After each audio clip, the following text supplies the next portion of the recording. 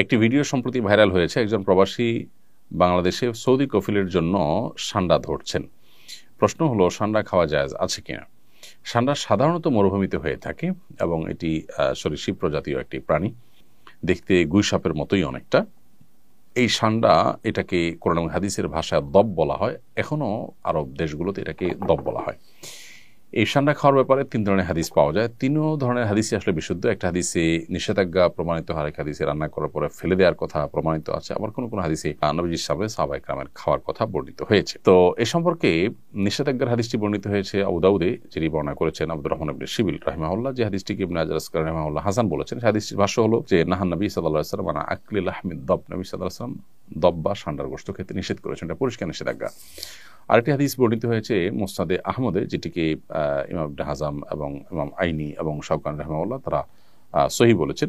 হাদিসটিতে নবী করিম সাল্লাল্লাহু আলাইহি সাল্লামের উপস্থিতিতে সাহাবায়ে কেরাম কোনো একটা জায়গায় গিয়ে সেখানে প্রচুর পরিমাণ দব দেখতে পেলেন। সেই দবগুলো তারা ধরে রান্না করেছেন। এরপর নবী করিম সাল্লাল্লাহু আলাইহি সাল্লাম বনী ইসরাঈলের একটি প্রাণী বিশেষ, যেটা আকৃতিকে বিকৃত করে দেওয়া হয়েছে শাস্তিস্বরূপ, সেটা হওয়ার আশঙ্কা নবী সাল্লাল্লাহু আলাইহি সাল্লাম করে সেটি ফেলে দিতে বললেন। সাহাবায়ে কেরাম সেটি ফেলে দিয়েছেন, পরে তারা আর খাননি। আরেকটি হাদিস বর্ণিত হয়েছে আব্দুল্লাহ ইবনে আব্বাস রাদিয়াল্লাহু তাআলা আনহু থেকে, সেটি সহিহ মুসলিমে বর্ণিত হয়েছে এবং সেখানেও দেখা যায় যে নবী করিম সাল্লাল্লাহু আলাইহি সাল্লামের সামনে সাহাবায়ে কেরাম খাবার খাচ্ছিলেন এবং সেখানে বিভিন্ন আইটেম ছিল, দব ছিল। তো অন্যরা খেয়েছেন, নবী সাল্লাল্লাহু আলাইহি সাল্লাম সেটি খাননি, পরিহার করেছেন। তো 3 নম্বর হাদিস থেকে অনুমোদন বোঝা যায়। এসব হাদিসগুলোই বিশুদ্ধ এবং এসব হাদিসগুলোকে সামনে রেখে পৃথিবীর সংখ্যাগরিষ্ঠ ওলামায়ে কেরাম বা বেশিরভাগ ইমামগণই দব খাওয়াকে জায়েজ বলেছেন।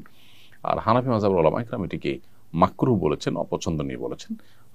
মাকরুহ বলার ক্ষেত্রে আবার অনেক ওলামায়ে কেরাম মাকরুহ তাহরিমি বলেছেন, কেউ তানজিহ বলেছেন হানাফি ওলামাদের মধ্য থেকে। তো বেশিরভাগ ওলামায়ে কেরাম এটি খাওয়াকে জায়েজ বলেছেন। কারোর রুচিতে নাবাদ তিনি না খেলেন, সেটা সম্পূর্ণ ভিন্ন বিষয়। জেহাদউদ্দিন আপনি লিখেছেন, বর্তমান সমাজের অনেক পরিবারের শাশুড়ি ও বউয়ের মাঝে কলহ লেগে থাকে। এ ধরনের সমস্যার সমাধানের উপায়টা কি? বেশিরভাগ পরিবারগুলোতেই দাম্পত্য কলহ মূলত বউ শাশুড়িকে ঘিরেই শুরু হয় এবং এটির ফলশ্রুতিতে কত ছেলে যে এ পর্যন্ত আত্মাহুতি দিতে হয়েছে বা তারা আত্মহত্যার পথ বেছে নিয়েছেন অনাকাঙ্ক্ষিতভাবে, অপ্রত্যাশিতভাবে, সেটা আসলে বলার অপেক্ষা রাখে না। তো বউ শাশুড়ির মাঝে যে কলহ, এই কলহ দূরের উপায়টা কি? এটা দূরের উপায় হলো, প্রত্যেকটা মানুষের দায়িত্ব আছে, তার কর্তব্য আছে এবং তার অধিকারের সীমারেখা আছে। এটার জানাশোনা বাড়াতে হবে, এটার আলাপচারিতা বাড়াতে হবে, সচেতনতা সৃষ্টি করতে হবে। আমাদের দেশে যারা মারা সন্তানকে অনেক বেশি ভালোবাসেন, সবার চেয়ে বেশি ভালোবাসেন সন্দেহাতীতভাবে।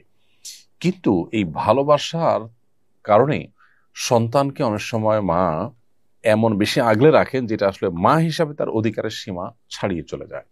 যেমন বিয়ের পর ছেলে তার স্ত্রীকে নিয়ে সংসার যখন করা শুরু করে, অনেক মা চান যে প্রত্যেকটা বিষয়ে তার সাথে কথা বলা হবে, তিনি সবকিছু শুনবেন, বলবেন। এটা অনেক ক্ষেত্রেই বাড়াবাড়ি। মায়েদের এটা বোঝা উচিত। সন্তান যখন বড় হয় তখন তার নিজস্ব মতামত সৃষ্টি হয়। যখন তিনি বিয়ে করেন তখন তার সাথে তার স্ত্রীর মতামতে সে যুক্ত হয়। এখানে মা অবশ্যই তাকে গাইড করবেন, তাকে পরামর্শ দিবেন, মতামত দিবেন। মায়ের অবশ্যই চাওয়া থাকতে পারে, কিন্তু সেটার একটা সীমা রেখা থাকতে হবে। ধরুন ছেলে উপার্জন করছে, ছেলে উপার্জন করার পর ছেলের উপার্জনকে কে নিয়ন্ত্রণ করবে? স্ত্রী চান তিনি নিয়ন্ত্রণ করবেন, মা চান তিনি নিয়ন্ত্রণ করবেন।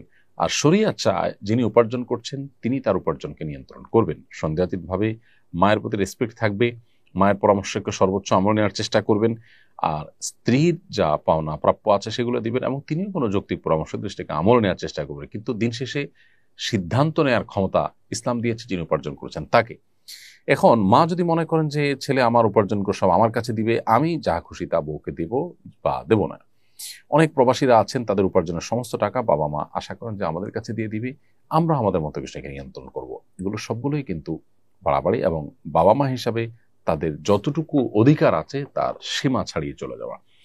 সন্তানের প্রতি বাবা মা যদি জুলুম করেন তাহলে সেক্ষেত্রে আল্লাহর কাছে কিন্তু জবাবদিহিতার মুখোমুখি হতে হবে, সে বাবা মার কিন্তু বিচার হবে। অতএব এই মাত্রা জ্ঞানটা আমাদের মধ্যে খুবই কম এবং এর কারণেই কিন্তু কলহগুলো বেশিরভাগ ক্ষেত্রে হয়ে থাকে। অতএব মা হোক বাবা হোক, তাদের যে অধিকার সেটা অবশ্যই সবার চাইতে বেশি, আল্লাহর পরে আল্লাহ রাসূলের পরে সবচেয়ে বেশি অধিকার তাদের, সন্দেহ নেই। কিন্তু সেই সাথে সেটার একটা সীমা আছে, শরীয়ত একটা সীমানা দিয়েছে, সো সেই সীমাটা আমাদেরকে মেনটেন করে চলতে হবে। একই কথা স্ত্রীর ক্ষেত্রে প্রযোজ্য। আপনার স্বামী উপার্জন করে আনছেন, এখন কি করবেন না করবেন, কাকে দিবেন না দিবেন সব আপনি দেখবেন না, এটা একেবারে অযৌক্তিক কাজ। আপনার প্রাপ্য অধিকারটা পাচ্ছেন কিনা, আপনার ভরণ পোষণ যথাযথ পাচ্ছেন কিনা, মাও দেখবেন যে মারটা পাচ্ছেন কিনা। যদি নিজেরটা পান, এরপরে বাকি টাকাটা যিনি উপার্জন করছেন তার একান্ত আপনার স্বাধীন ইচ্ছা ব্যবহার করে তিনি যা খুশি করবেন, কিন্তু আপনি সেখানে শুধুমাত্র পরামর্শ দিবেন, ইনপুট দিবেন এবং দোয়া করবেন। স্ত্রীগণ যারা আছেন, যদি মনে করেন যে স্বামী ভুল পথে আছেন, তাহলে সেক্ষেত্রে আল্লাহর কাছে চোখের পানি ফেলে দোয়া করেন। আল্লাহ তো সবকিছু করতে পারেন, আপনি আপনার চেষ্টা করেন, কিন্তু এটা নিয়ে ঝগড়াঝাটি করে বাড়াবাড়ি করে মনোমালিন্য তৈরি করলে তা কারোর জন্য কল্যাণকর হয় না। অতএব এই যে আমাদের যার যার পাওনার সীমারেখা, এটা আমাদের বোঝা উচিত, এবং সেই সাথে দুনিয়া দিন শেষে এখানে আমাদের চাওয়াগুলো সব পূরণ হয়ে যাবে। আমি যা চাইবো সব আমার মন মতোই হতে হবে, না হলে আমি ডিপ্রেসড হয়ে যাব, আমি অনেক বেশি অস্থির হয়ে যাব।